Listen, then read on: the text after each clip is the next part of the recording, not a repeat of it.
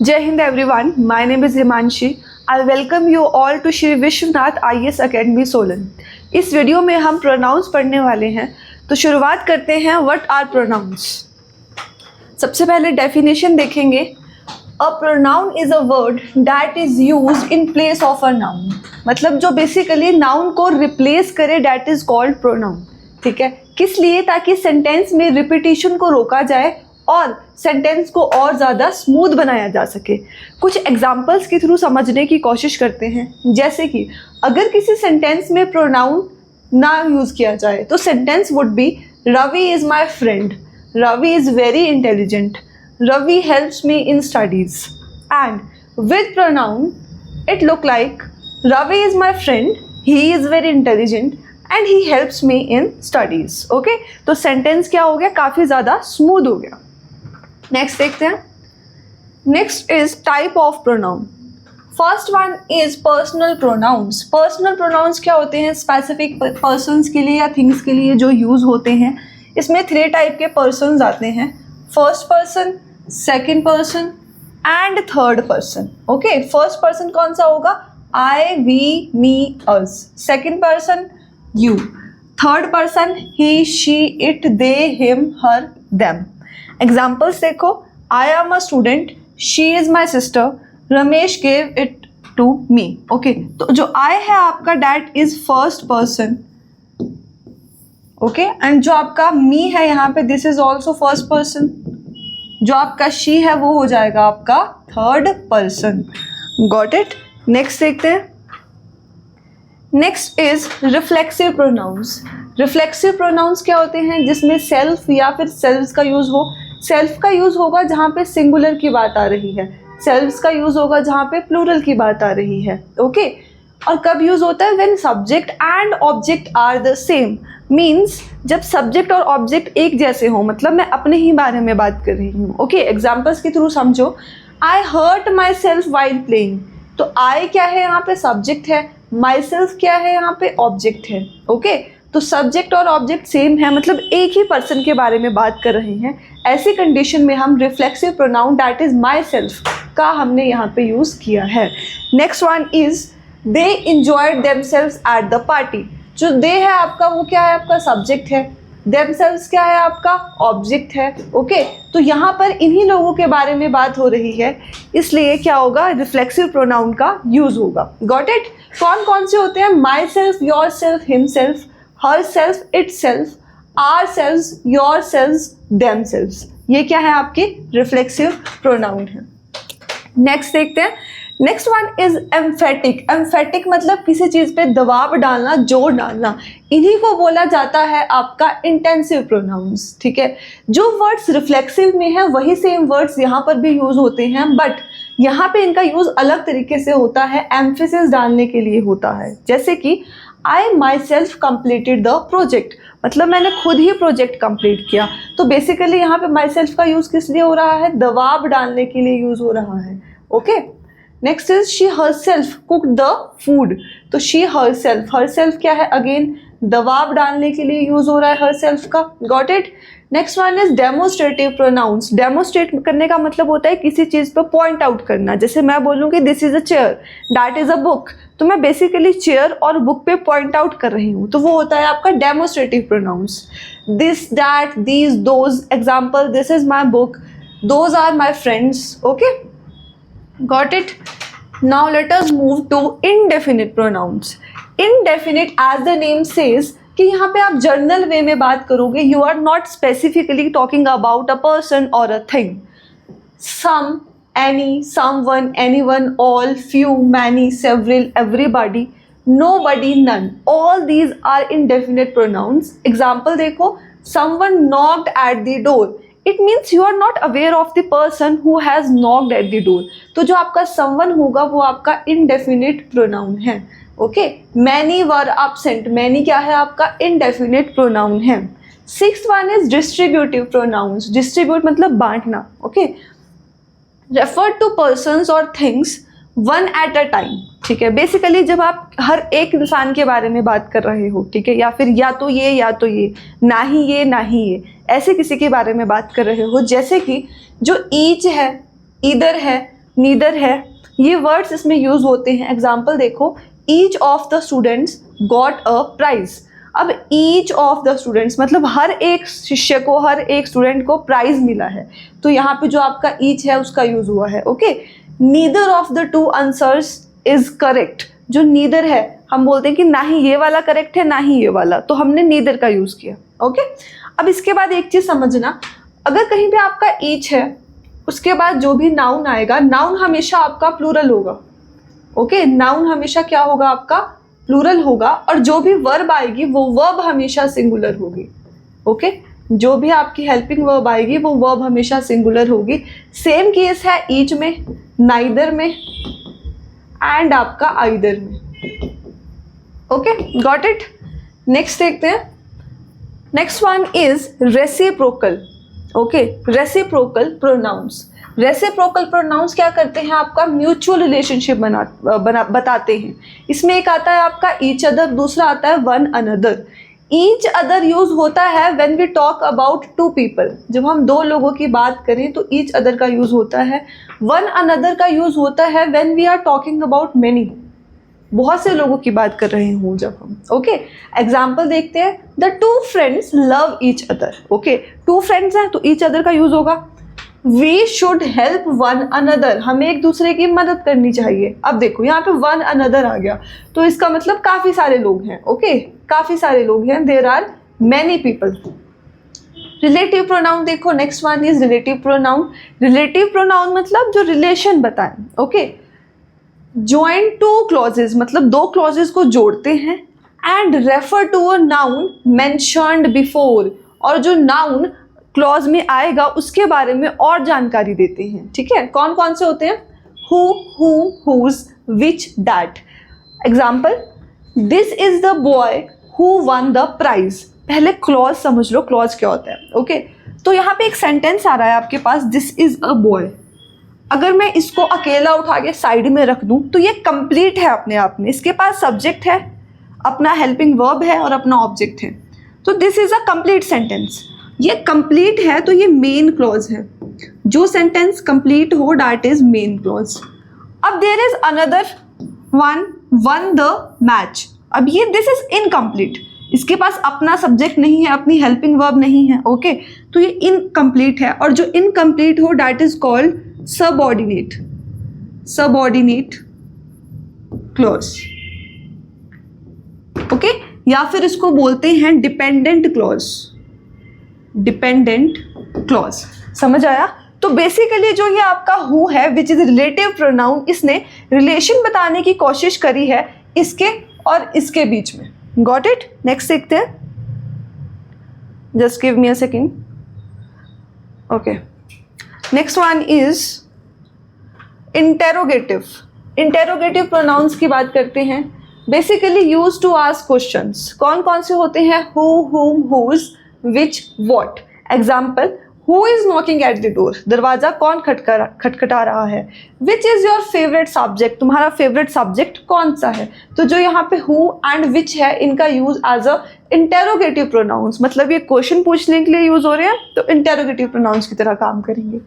Next one is possessive pronouns. Possessive का मतलब होता है हक जताना। ओके, हक जताना, ऑनरशिप।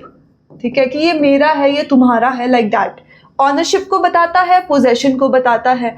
कौन कौन से वर्ड यूज होते हैं, mine, yours, his, hers, ours, theirs. Okay, example, this book is mine, that pen is yours. This book is mine, that pen is yours. ठीक है, तो जो बेसिकली यहाँ पे आपका दिस है, दैट है, ये भी क्या है आपके, ये आपके एक तरह से डेमोस्ट्रेटिव एडजेक्टिव हैं। Okay, this one is also demonstrative adjective. और जो आपका ये माइन है, ये माइन है आपका पोजेसिव प्रोनाउन। योर्स क्या है आपका, पोजेसिव प्रोनाउन। अभी हमने पीछे पढ़ा कि दिस दैट आपका डेमोस्ट्रेटिव प्रोनाउन होते हैं, बट यहाँ पे मैं कह रही हूँ कि दिस दैट आपका डेमोस्ट्रेटिव एडजेक्टिव है। रीजन बीइंग, बुक आपका नाउन है। ओके, बुक क्या है आपका, नाउन है। और जो नाउन होगा ना, नाउन के साथ कभी प्रोनाउन नहीं आएगा, because pronoun is used to replace noun. ठीक है, तो इसका मतलब जो ये यहाँ पे लगा है, ये आपका एडजेक्टिव है, प्रोनाउन नहीं है। ओके, समझ आया होगा डिफरेंस। नेक्स्ट स्लाइड पे देखते हैं। देखो, तो बेसिकली ओके दिस वन, जो आपका नॉमिनेटिव केस होता है, नॉमिनेटिव केस का मतलब जो आपका सब्जेक्ट है, जो आपका सब्जेक्टिव केस है, कौन कौन से होते हैं? आई, वे, यू, ही, शी, इट और दे को नीचे लिख लेना। ओके, ये सब क्या है आपके? ये सब आपके नॉमिनेटिव केस हैं, मतलब जो एज अ सब्जेक्ट यूज होंगे। जैसे मैं कोई भी सेंटेंस बोल रही हूँ कि I am a girl, okay, we are girls, तो यहाँ पे I, we as a subject use हुए हैं और इसी को कहते हैं नॉमिनेटिव केस या फिर subjective case. Next one is possessive adjective and possessive pronoun. See, इतना सा डिफरेंस है बस कि ये है ना, जो इसके बाद एडजेक्टिव के बाद आप नाउन लगा सकते हो, प्रोनाउन के बाद आप नाउन नहीं लगा सकते। जैसे मैं बोल सकती हूँ my book, this is my book, okay, मैं बोल सकती हूँ this is our book, this is your book, this is his book, this is her book, its their, नीचे लिख लेना इसको अगेन, ओके, कि देयर बुक, कि इन सब के आगे हम क्या कर सकते हैं? नाउन को ऐड कर सकते हैं, नाउन ऐड कर सकते हैं इन सब के आगे हम, ओके। बट जो आपके प्रोनाउन होते हैं, जैसे कि माइन बुक, ये गलत हो जाएगा। प्रोनाउन के आगे आप क्या करते हो?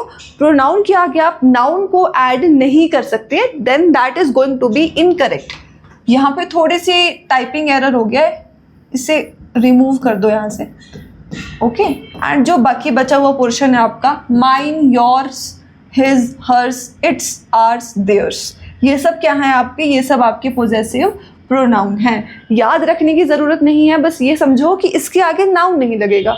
So you can easily find out the difference that which one is pronoun and which one is adjective. Got it? Next one is, this is something which we actually use in our daily lives, like all three persons in a single sentence. मतलब for example, I'm talking about me, one of my friend, and then some other people, okay, then how I am going to give them preference कि किसके बारे में मैं सबसे पहले बात करूँगी। अगर मैं कोई नॉर्मल सेंटेंस यूज़ कर रही हूँ, ठीक है, नॉर्मल चीज़ बोल रही हूँ कि यार हमें ना पढ़ाई कर लेनी चाहिए, कि मुझे, तुम्हें और उन्हें पढ़ाई कर लेनी चाहिए, ठीक है, तो सिंपली मैं क्या करूँगी? मैं पैटर्न रखूँगी 2, 3, 1 का, मतलब सेकंड पर्सन को सबसे पहले लिखूँगी, थर्ड पर्सन को उसके बाद और फर्स्ट पर्सन को उसके बाद लिखूँगी। जैसे कि you, he and I shell study for the exam, okay, got it. तो यू क्या है आपका? सेकेंड पर्सन है, ही क्या है? थर्ड पर्सन, एंड आई क्या है आपका? First person. तो 2, 3, 1 का पैटर्न होगा। कब की बात? जब कोई आप नॉर्मल सेंटेंस बोल रहे हो, ठीक है, पॉजिटिव सेंटेंस बोल रहे हो एंड सिंगुलर बोल रहे हो। जैसे मैं सिंगुलर हूँ, यू एक ही बंदा है, ठीक है, और जिसके बारे में मैं बात कर रही हूँ ही, वो भी एक ही इंसान है। Got it? पर अगर मैं कुछ गलत बोल रही हूँ, जैसे कि हमसे कोई गलती हो गई है, ठीक है, तो पैटर्न होगा 1, 2, 3 का। आप फर्स्ट पर्सन मतलब खुद को सबसे आगे रखोगे गलती में, फिर जिससे आप बात कर रहे हो, और फिर तीसरे इंसान को। पैटर्न होगा 1, 2, 3, मतलब I, you and he have made a mistake. Next, जब प्लूरल प्रोनाउंस हो, मतलब हम, तुम और वो सब, तो पैटर्न होगा 1, 2, 3, we, you and they should now get down to work. Okay, got it? Next slide पे देखते हैं। Next one is an objective case comes after let, like, between and but, except and all the prepositions. कहने का मतलब क्या है कि ये जितने भी वर्ड्स हैं, जैसे कि let, like, between and, और जितनी भी prepositions है, to, in, whatever it is, इन सब के बाद हमेशा ऑब्जेक्टिव केस आएगा। ऑब्जेक्टिव केस मतलब मैंने कहा था आई आपका सब्जेक्ट है, वी आपका सब्जेक्ट है, शी आपका सब्जेक्ट है, ओके। इनका ऑब्जेक्ट क्या होगा? आई का ऑब्जेक्ट हो जाएगा मी, वी का हो जाएगा अज, शी का हो जाएगा हर। तो ये सब क्या है आपके ऑब्जेक्टिव केस। जैसे कि एग्जाम्पल देखो, हम बोलते हैं let me do this work, हम नहीं कहते let I do this work, okay. तो मी क्या है आपका? ऑब्जेक्टिव केस है। There is no problem between she and I, ये गलत हो जाएगा, ठीक है, यहाँ पे आई का यूज कर दिया आपने, विच इज सब्जेक्टिव केस, तो गलत हो गया। आई की जगह क्या बोलोगे? हर, बिटवीन शी एंड हर, क्योंकि हमने अभी अभी पढ़ा कि बिटवीन एंड इसके बाद भी क्या आता है, आपका ऑब्जेक्टिव केस आता है। ओके, नेक्स्ट स्लाइड पे देखते हैं। So next one is if there is comparison between two pronouns, the pronoun of same case is used after as and than. कहने का मतलब क्या है कि when you compare two things, okay, तो बेसिकली जब आप कंपैरिजन कर रहे हो ना तो सेम केस का प्रोनाउन आएगा। अगर आपने ही यहाँ यूज किया है मतलब सब्जेक्टिव केस का प्रोनाउन यूज किया है, तो जिससे आप कंपेयर कर रहे हो मतलब आई से कंपेयर कर रहे हो, तो ये भी सब्जेक्टिव केस का होना चाहिए। आप नहीं बोल सकते कि ही इज टॉलर देन मी, गलत है, ठीक है। क्या बोलना है, ही क्या है, सब्जेक्टिव केस है, हम कहेंगे he is taller than I. Okay, यहाँ पे भी सब्जेक्टिव केस ही आएगा। I run as fast as he, बिल्कुल सही है क्योंकि आई आपका सब्जेक्टिव केस है और ही भी आपका सब्जेक्टिव केस है। Okay, she is as intelligent as me, she क्या है आपका सब्जेक्टिव केस, मी क्या है आपका ऑब्जेक्टिव, गलत हो गया, आई आएगा, that is subjective case. Okay, next slide okay, next one is if a sentence begins with it, अगर कोई भी सेंटेंस इट से शुरू हो और उसके बाद बी की कोई भी फॉर्म आए, बी की फॉर्म का मतलब क्या है, इज आ गया, आर आ गया, वॉज आ गया, वर आ गया, ये ऐसा कुछ भी हेल्पिंग वर्ब्स आ गई, तो क्या होगा, तो इसके बाद जो भी आप लगाओगे, ठीक है, इसके बाद आप जो भी कुछ लगाओगे, जैसे फॉर एग्जाम्पल के थ्रू समझो, जैसे आपने लगाया it is I, it is आई, तो ये जो आपने आई लगाया ये क्या है आपका सब्जेक्टिव केस। तो कहने का यही मतलब है कि अगर इट के बाद बी की कोई भी फॉर्म आती है, इनमें से कुछ भी आता है, तो उसके बाद जो भी प्रोनाउन आएगा वो हमेशा सब्जेक्टिव केस में आएगा, ऑब्जेक्टिव केस में नहीं आएगा। ओके, रीजन बीइंग क्योंकि ये ऑब्जेक्ट नहीं है, ये ऑब्जेक्ट नहीं है सेंटेंस का, ठीक है। ये क्या है आपका सब्जेक्ट कॉम्प्लीमेंट है। अगर ये आपका सब्जेक्ट है तो ये आपका सब्जेक्ट कॉम्प्लीमेंट है, मतलब जो हमें और ज़्यादा बताए सब्जेक्ट के बारे में। Got it. तो क्या पढ़ा हमने, सिंपल सी चीज़ कि अगर इट के बाद बी की कोई भी फॉर्म ऑफ वर्ब आती है तो उसके बाद जो भी प्रोनाउन आएगा वो हमेशा क्या होगा, सब्जेक्टिव केस का होगा। मतलब आई आ सकता है, मी नहीं आ सकता। ओके, ही आ सकता है, हिम या हिज नहीं आ सकता। एग्जाम्पल देख लो, it is I who called you, ऐसा नहीं होता इट इज़ मी या फिर it was me who called you, no, it is I who called you, it was he who helped me. सिर्फ हम यहाँ की बात कर रहे हैं, यहाँ की। Okay, it will be they आया सब्जेक्टिव केस है, देम नहीं आया, देम आपका ऑब्जेक्टिव केस है। Okay, it was she who won the prize, it was her नहीं होता, इट वॉज शी होता है, who won the prize. Got it. Next slide पे बढ़ते हैं। Next is reflexive pronouns. Okay, reflexive pronouns are used when subject and object are the same. अभी अभी पढ़ के हटे हम, जैसे कि I hurt myself while playing, she introduced herself, खुद को ही इंट्रोड्यूस करेगी वो, ठीक है। Reflexive pronouns are used for emphasis, मतलब जो हमने पढ़ा था आपका क्या, एम्फेटिक प्रोनाउंस अभी अभी, ठीक है, सेम चीज़ है वो। रिफ्लेक्सिव प्रोनाउंस और एम्फेटिक प्रोनाउंस में सेम वर्ड्स का यूज होता है, जैसे कि myself, herself, himself, ऐसे करके, ठीक है। एग्जाम्पल देखो, I myself solve the question या solve the problem whatever it is. तो यहाँ पे जो माई सेल्फ है ये बेसिकली क्या कर रहा है, दबाव डालने का काम कर रहा है कि मैंने खुद ही क्वेश्चन सॉल्व किया, ठीक है। तो जब दबाव डालने का काम करे तो वो मतलब एम्फेटिक प्रोनाउन की तरह यूज हो रहा है, रिफ्लेक्सिव प्रोनाउन की तरह यूज नहीं हो रहा, ठीक है।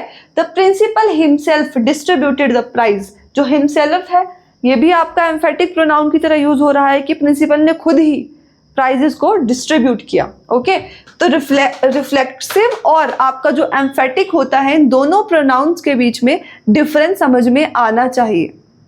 Got it. Reflexive pronouns can not be use as subjects. जो आपके रिफ्लेक्सिव प्रोनाउंस होते हैं, जैसे कि माई सेल्फ, मैं नहीं बोल सकती my self Himanshi. While you introduce yourself, I have heard some people saying this thing that myself this and that is absolutely wrong. Okay, आप नहीं बोल सकते कि myself this, आपने रिफ्लेक्सिव प्रोनाउन को ही एज अ सब्जेक्ट यूज कर दिया, जो कि गलत होता है। ओके, जैसे कि myself will go there, ये बिल्कुल गलत है। ओके, क्या कहोगे, I will go there myself. मैं वहाँ खुद चला जाऊँगा. Okay? After certain verbs and prepositions, reflexive pronouns are necessary. कुछ ऐसी verbs होती हैं और कुछ ऐसी prepositions होती हैं जिनके बाद reflexive pronoun लगाना ही पड़ता है. Okay? जैसे कि enjoy, hurt, absent, pride, avail, apply, adjust, resign, exert, behave, amuse. ठीक है, इनके बाद आपको reflexive pronoun लगाना पड़ेगा. जैसे कि she enjoyed herself at the party. तो जो आपका herself है ये क्या है आपका reflexive pronoun है. He absented himself. Himself क्या है आपका reflexive pronoun है. Got it? He prides himself on his honesty. Okay, कि गर्व है उसको खुद की honesty पे. समझ आ गया होगा इतना. अब reflexive pronouns are used after prepositions of place. Of place की preposition में से to एक place की preposition है. जैसे हम बोलते हैं ना कि I am going to school, तो किसी जगह पे जाने के लिए आप to का यूज कर रहे हो. ठीक है.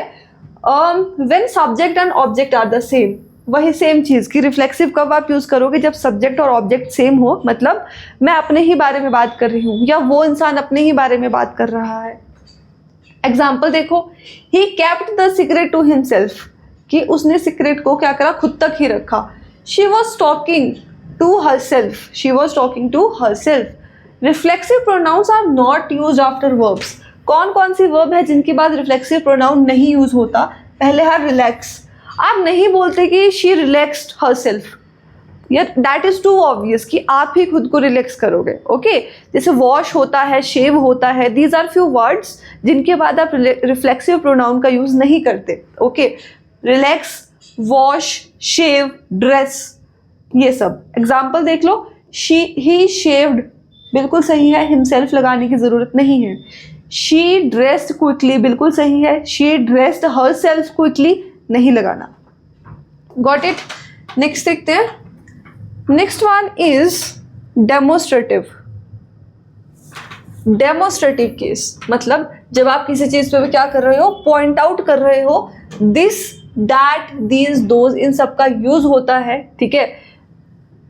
Are point out specific nouns. When used with a noun, they act as demonstrative adjectives. जैसे मैंने अभी अभी आपको समझाया कि अगर आप कहोगे ना कि this book is mine, तो book यहाँ पे noun है.